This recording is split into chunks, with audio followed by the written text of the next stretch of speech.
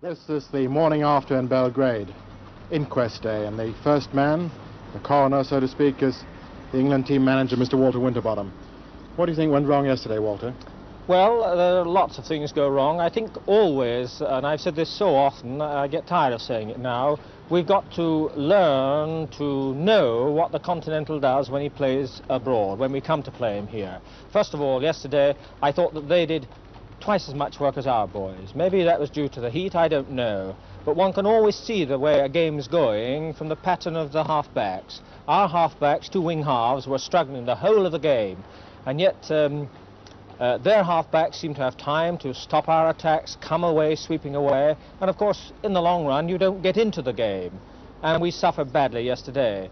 Biggest disappointment to me was the fact that whilst we were holding them for some considerable time, we suddenly collapsed, as though all the spirit had gone out of us. Now, that's something which we've got to stop in future. We've certainly got to fight with everything we've got. I think if we'd have done that yesterday, we might even perhaps have turned the scales. Although, let's give good credit where credit is due. This Yugoslav team on yesterday's performance was one of the best teams we've ever met on the continent.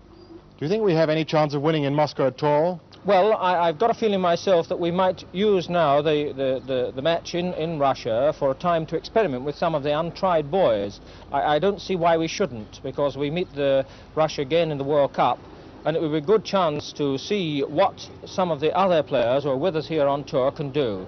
So I expect to see a lot of changes, and therefore, if you make lots of changes, you can't very well hope that perhaps you'll come out in a great song. I mean, it'll be a chance for us to experiment, and we will watch the experiment to see how it goes. Rather surprisingly, the Hungarian president yesterday said to me that he still fancied us for the World Cup. I wondered how.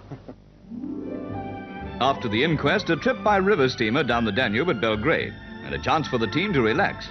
And while they relax, Paul Fox asked the secretary of the Football Association, Sir Stanley Rous, for his impression of last Sunday's game. My impressions of the football match yesterday are, of course, what I rather expected. We shall always find in these countries behind the Iron Curtain a preparation and an attitude towards the game and a system of preparation and of play generally which we can't expect in our country to follow. We can't really match it. Everything is made subservient to the country. League matches, a whole program is suspended if it's the will of the Minister of Sport and those in charge of football, or any other sport for that matter, if it's necessary to train competitors to play for their country and to compete against other countries in an international competition. All the first thing is for the country. Well, we haven't got that system, as we've said so often. We've written and spoken about it, and we know very well that until we can approach that sort of preparation, we shall not really be able to compete in the field with the sorts of competitors and opposition that we meet.